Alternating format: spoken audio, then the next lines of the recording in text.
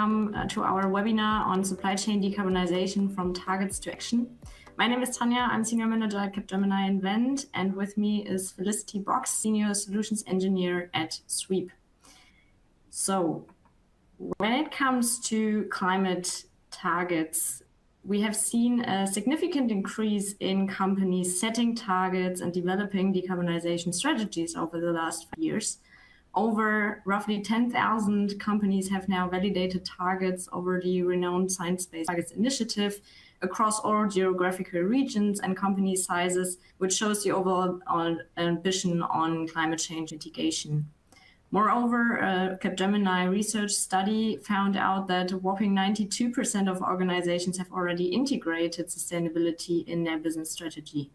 But still, half of the organizations reported being off track in delivering their targets, especially in Scope 3, which leaves us with an ambition action gap. And there is a reason why it is so hard to proceed in Scope 3 decarbonization at scale. For many companies, or at least one of the emission hotspots lies within the supply chain, so Scope 3.1 purchased goods and services. And the overall decarbonization targets and strategy are typically set by the sustainability team, very often not really aligned with other functions or only very, high level aligned with them. And to make it work, every department in the end has to contribute to the target achievement, meaning that incentives and transparency have to be created for, in this case, since we talk about the supply chain today, for the procurement organization in order to do so and in order to contribute to the overall target.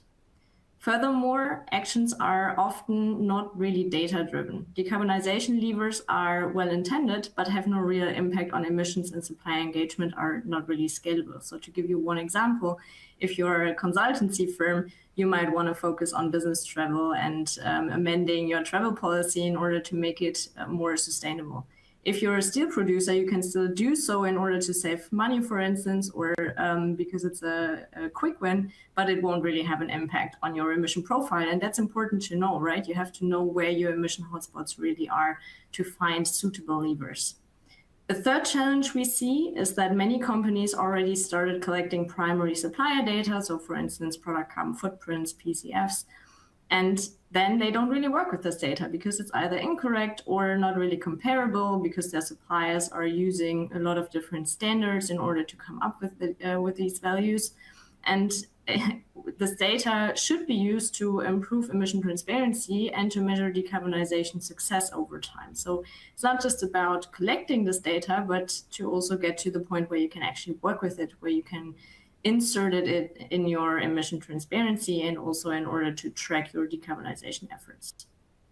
And I said it before, supply engagements, they are very often very much pilot driven. So companies have started to engage with the top 20, the top 50, the top 100 suppliers, but now no one really knows how to proceed beyond those low-hanging fruits on the one hand, and especially on how to scale it beyond the broader supply chain on the other hand, because it's quite easy to do some meetings or workshops with 20 suppliers, but if you want to scale it to 10, 15,000, that's impossible. And last but not least, the regulatory preconditions are currently not really helping with a lot of back and forth, especially in the European Union, but also in other regions in the world, and new requirements being introduced before organizations and also systems are really ready. So you don't even know where to start, and they are also sometimes contradicting with the actions we actually want to take. And all these challenges result in the inability to actively steer towards decarbonization targets set, instead of just piloting and hoping for the best. And transparency is not always sufficient for operationalizing decarbonization strategies.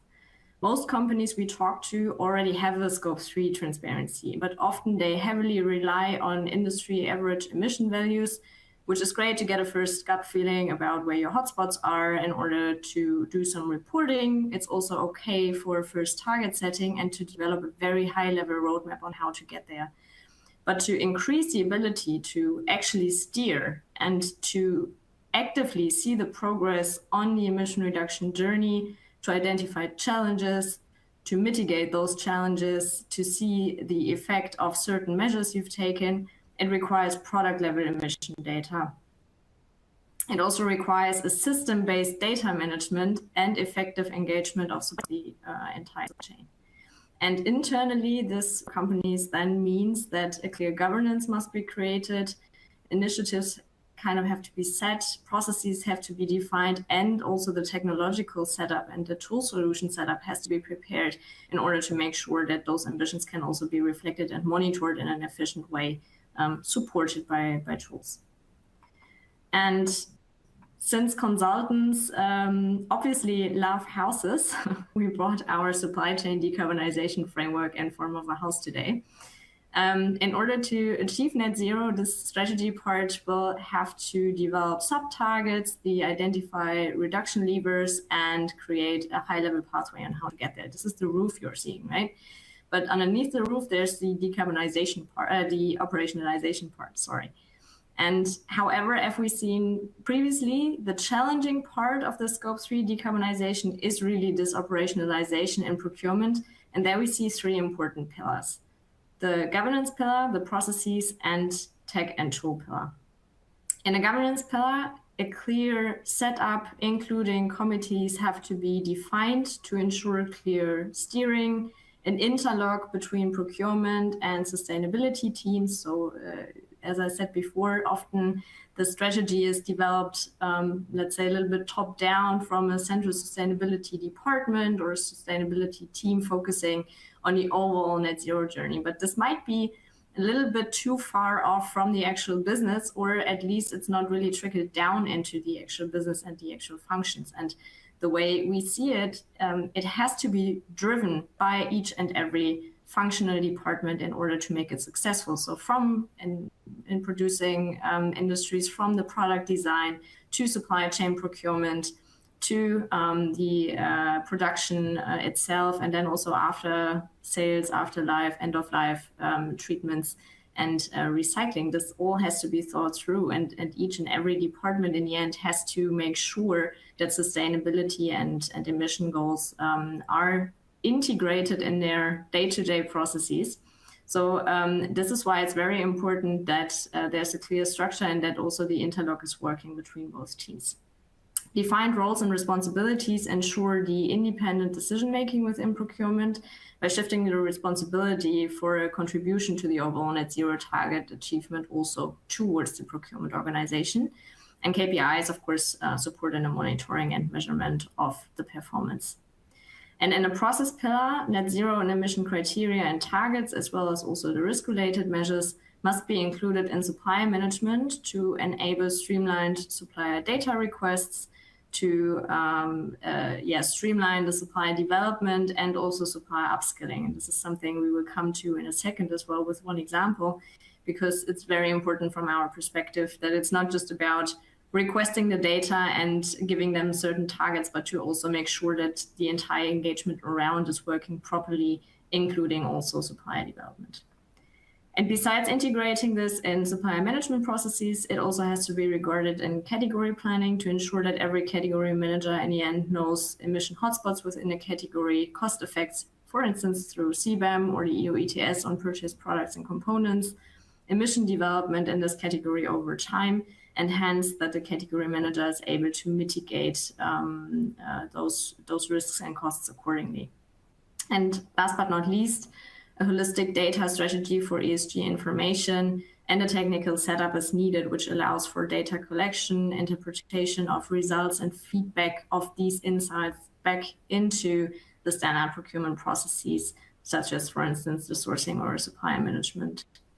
And only by interpreting this data, by developing next level transparency and therefore enabling scenario planning on supplier and on category level, will it be possible to go from the ambition to the action and to contribute to the overall net zero target. And to make it a little bit more tangible, we also brought you one example from the supplier management dimension, which shows the engagement approach that one of our manufacturing clients building heavy mining machinery has used over time and which has proven very successfully. Well, some companies just set targets from their suppliers. We've seen it, especially with clients from with high negotiation power. So a lot in automotive, for instance, they set targets for their suppliers to just provide PCF data to fulfill emission reduction demands. And basically this is it then, and then they measure them against it. This client has decided to take a little bit more targeted approach, taking into consideration, on the one hand, its suppliers' emission impact, but also their maturity. And the emission impact was measured through a high-level estimation the client has already had based on their own Scope 3 transparency, and which was then enriched by PCF data received from the supplier. So to understand what's the actual impact the supplier has on my own Scope 3 emissions, right? Is it a lot, or is it rather neglectable? And then the sustainability maturity was evaluated based on criteria such as, has the supplier already calculated an own corporate carbon footprint, an own product carbon footprint? Have they set own science-based targets? Have they developed a pathway for emission reduction already? And all this has been integrated into one maturity score. And then based on this approach, the client was able to focus on more ambitious targets and also joint collaboration in assessing low carbon options, for instance, for the high impact, high maturity suppliers, and on enablement to enhance maturity before setting targets with the high impact, low maturity suppliers. So in order to really approach them in a targeted way. And this has led to more willingness on the supplier side to cooperate. Hence also efficiency increases in supplier management, because those of you who often have to collect information also from your suppliers, maybe it can be quite cumbersome to, first of all, get responses, to increase the response rate, and to also make sure that the feedback you're getting is actually something you are able to work with. So typically it costs a lot of nerve and money to deal with that. And this targeted approach definitely helped with making it a little bit more structured and making sure that each supplier can be reached out to in a targeted manner. And it also resulted in a bigger emission reduction success for our client because of this approach. And as I said, gaining transparency and monitoring the progress in order to develop such a decarbonization engagement is hardly possible without tool support, which is why Felicity is also here today and will show you a little bit the functions of Sweep in this matter. Thank you so much, Tanya. And thank you for talking so much about the challenges there that companies face when reducing their Scope 3 emissions in the supply chain.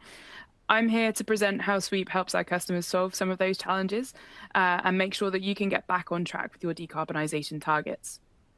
So Tanya mentioned there the need for a holistic ESG process for data collection and management and full transparency of your data from your supply chain. And Sweep helps with the whole end-to-end process of collecting and calculating that supply chain data down to the PCF level. But today we wanted to give you an insight into what you can do in our decarbonisation tool when you have already collected that data. And so today we'll focus on Sweep's ACT module. So firstly, the ACT module gives you full visibility of your decarbonisation plans and efforts. You can't manage what you don't measure, so Sweep helps you to know exactly where you are, where you stand versus where you need to be. Then comes prioritization. So Sweep gives our customers the tools to compare across different actions and initiatives. So that's modeling your reduction initiatives, comparing the impact of those, and being able to make real data-driven choices about where you focus your time and resources. And that's not just from a carbon reduction point of view, but also from a financial cost and return point of view too.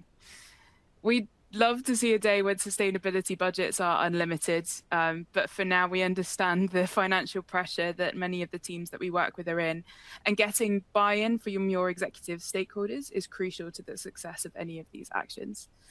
So Sweep's ACT module will help you to speak the language of those teams, talk about cost and return on investment to align procurement and your finance teams as well, and really drive those actions from a cost point of view. And finally, all of those different things allow you to really drive accountability.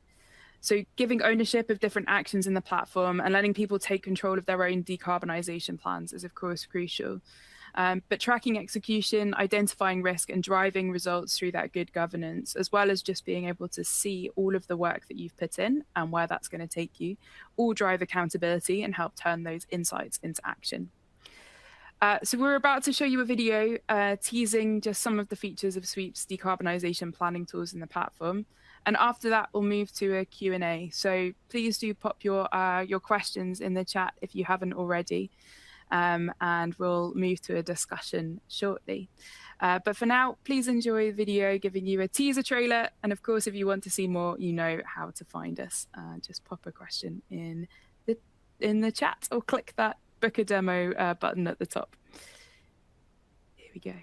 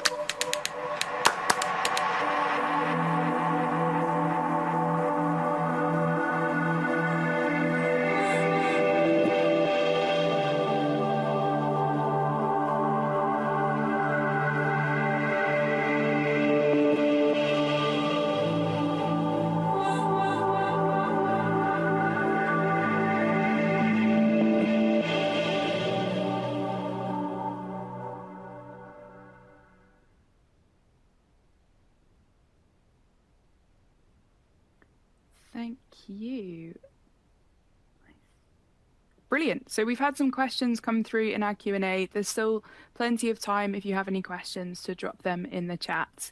And I wanted to kick off with a question of my own, if that's all right, Tanya, from your presentation. Sure. I mentioned that we see our customers constantly fighting against shrinking budgets. And I saw you nod and smile at that point as well. And I'm sure you see the same thing.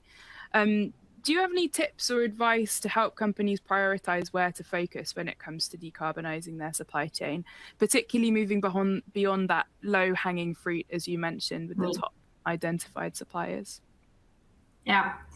Yeah, it's a very good question. And I saw a picture the other day of, Gartner's hype cycle theory, and sustainability is somewhere, based on a more mature part of that hype cycle right now, right? So everybody's moved on to agentic AI, and sustainability is a little bit left behind.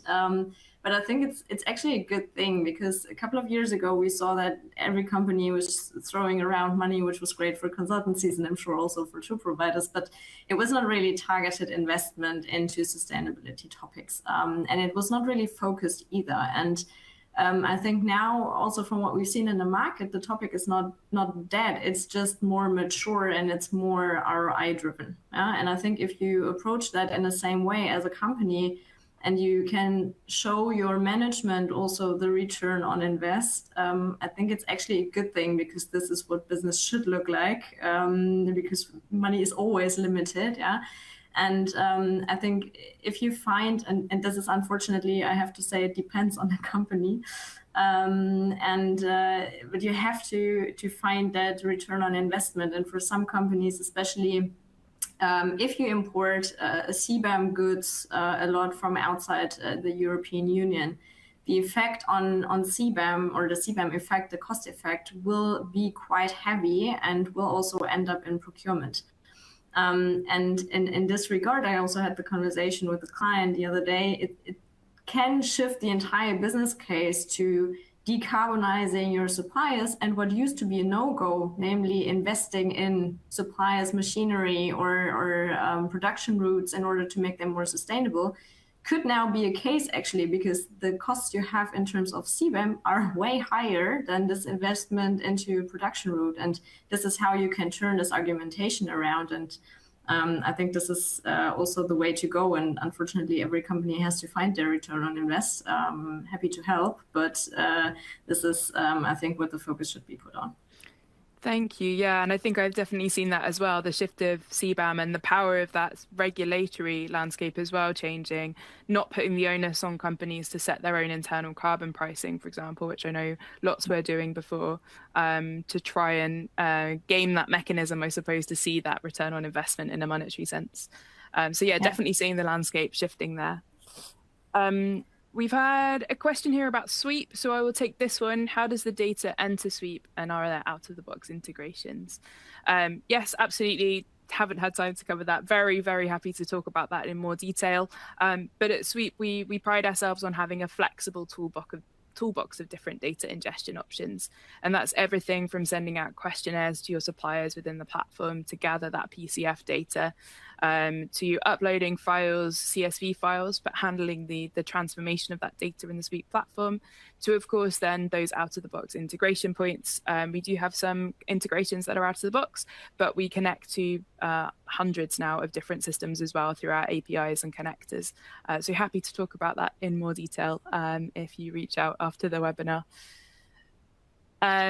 We have some other questions. So I'm just going to jump to one here around lots of SMEs in our tier 1 supply chain.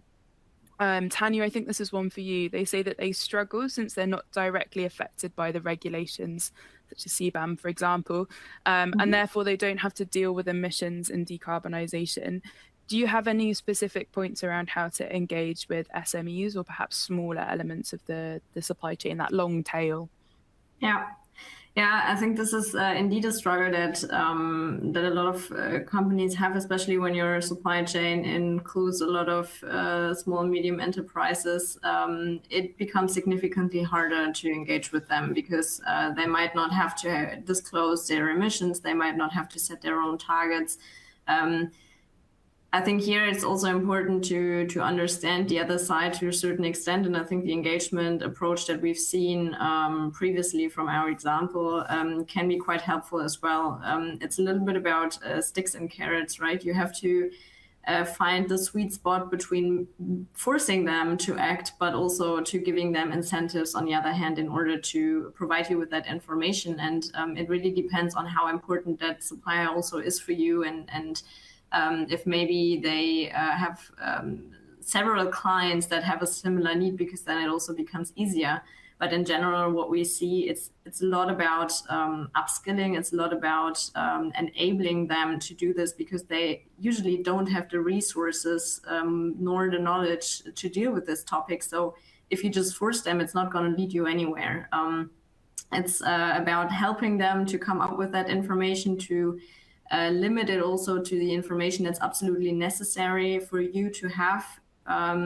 Also to see, do we really need it from that supplier? That really depends on your supply chain, but definitely to help them and to also see if they are an important supplier, what can you offer in return, right? Longer contracts, more volume. I don't know. There's a lot of different options from a procurement angle that you can negotiate.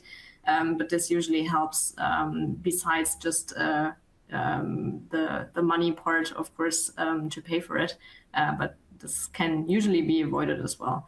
And I think there's another question which goes a little bit hand in hand, which is on the regions. So would you separate by regions? It's a similar issue actually that we've seen. So different regions, different regulations, different maturity. Also here, this maturity approach definitely helps to deal with that. But it can be quite surprising because some suppliers in certain regions might be a lot more mature than the average market. Yeah? So we've seen very immature suppliers in Germany or the European Union, but we also see very mature suppliers in China or other parts of APAC that already invest in electrified production, that already have a lot of green electricity provision, and that are currently experimenting with more recycling materials. So their overall emissions are already a lot lower than from a German competitor or Polish competitor, maybe where there's no green electricity available. So it can really be quite handy to understand where's the supplier, not just where's the region overall, and then to take it from there in terms of the engagement approach. Yeah, definitely. And I think from our point of view at Sweep as well, just to jump in there are some of those carrots that we offer as well to those suppliers, whether it's kind of assisting with your training or some of the enablement, at least on the technical side of things and the measuring and reporting. I know that this is something that Capgemini can do as well to help support more and going further on those decarbonization plans. But from the Sweep side as well, so sending out questionnaires directly to your suppliers from the Sweep platform is a way to scale, but also they get back all of that information in a format that they can reuse, right? So either for their own insights to push things further, they can see their trends over time of how their decarbonization efforts are decreasing, but also they can share this information with other customers of theirs, right? It's very unlikely that you're going to be the only customer in their value chain who is asking for this information, and actually kind of with your own license, being able to offer that reporting service to your suppliers as well, free of charge, is something that we see more and more customers taking up from the Sweep supply chain module. Have to jump in with a little bit of a tool answer as well as the consultancy answer there, and this is why it often requires kind of a joint effort, right, between having that platform where you can see that data, but also how then do you help kind of take it to the next level with the personal touch too. There's another question here around who do we normally interact with at Sweep on implementing a tool, but I think this probably goes further as well, Tanya, in terms of, have you seen kind of the interactions in decarbonization in Scope 3, the people inside the companies who are kind of taking this on? Have you seen that change recently? I know that we've definitely had more conversations with finance in recent months and years than we ever have done before, as well as directly procurement managers getting involved in the conversation from day one, rather than just being handled by the ESG and sustainability teams. I'm interested to see if that's something that you've seen on your side as well. Yeah, especially the second part. So I think with regards to finance, I know a lot of companies that have always been set up in a way that sustainability was kind of allocated either to the strategy department or to finance, so under the CFO. But especially when it comes to procurement, I think this is something that we also noticed, or probably a lot of our clients, mutual clients, noticed that it gets quite hard to decarbonize Scope 3 without involving procurement. So this is where, definitely we also see procurement coming in more and more because they struggle to fulfill, let's say, the requirements that are now slowly trickling down to their department without tool support. Because as I said, it's impossible to collect that data, to validate it, and to derive insights without having some sort of technical support behind it, and also intelligence behind it. What we also see, and this I think is quite nice, is that more and more customers are moving a little bit towards the full IT architecture integration. So we're coming a little bit from a world where there were new requirements on regulations, on carbon management as well. And for each new request, the clients looked for a new tool solution, and now they have a junkyard full of tools, trying to reduce it and trying to also transform it into one data continuity landscape, right? To derive the insights. And this is why we see more and more IT also being involved there, which, again, I think it's a good thing to make sure that you don't just collect the data and information and use it for compliance and reporting, but that you also translated into actual insights, which can then be fed back into processes and the functional day-to-day business. Brilliant, thank you. I can see that we're up on time, so I think that's probably a really great point to end on as well, in terms of collecting that data and getting that kind of information in order is the first step. But of course, we're all here hoping that that turns into then actions, and that kind of enables, in order to do that, you really need to trust that data and be able to use it to drive business decisions across the whole organization. Thank you so much to everyone for attending. Thank you so much, Tanya, for sharing your insights and for being generous with your time to answer those questions as well. If you want to hear more, please do reach out to either Capgemini or Sweep, and we'll be happy to take this conversation further. Thank you. Thank you, everyone.